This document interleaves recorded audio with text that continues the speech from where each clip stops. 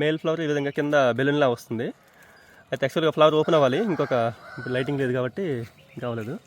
So male ఫ్లవర్కి మనం ఇది male flower ఇలా ఉంటుంది. అదే ఫీమేల్ ఫ్లవర్ అయితే ఇలా కింద కాయ ఇచ్చి పైన ఫ్లవర్ వస్తుంది. డిఫరెన్స్ అనమాట. ఆడ పువ్వు చిన్నగా ఉంటుంది, మగ పువ్వు పెద్దగా వస్తుంది. మనం హ్యాండ్ పాలినేషన్ చేయాలి క్రాసింగ్. అప్పుడు ఇట్లాగా ఈ పైన రేకులు తీసేసి దీనికి కూడా పైన రేకులు ఇట్లా తీసేయాలి ఆడ పువ్వుకి. ఇప్పుడు దీంట్లో ఇక్కడ రెడ్ కలర్లో మనకి పుప్పుడు కనిపిస్తుంది.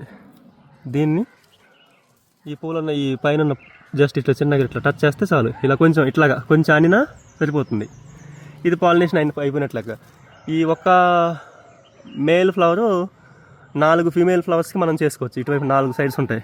4 ఫీమేల్స్కి మనం ఇట్లా పాలినేషన్ చేస్తే అది మనకి ఫ్రూటింగ్ సెట్ అవుతుంది అనమాట. సో మనకి ఒక వారం రోజులకి చిన్న కాయలాగా ఇట్లాగా తయారయ్యి దాని నుంచి ఇంకా గ్రీన్ స్టేజ్ తర్వాత నుంచి కాయ మన పసుపు రంగులోకి మారుతుంది.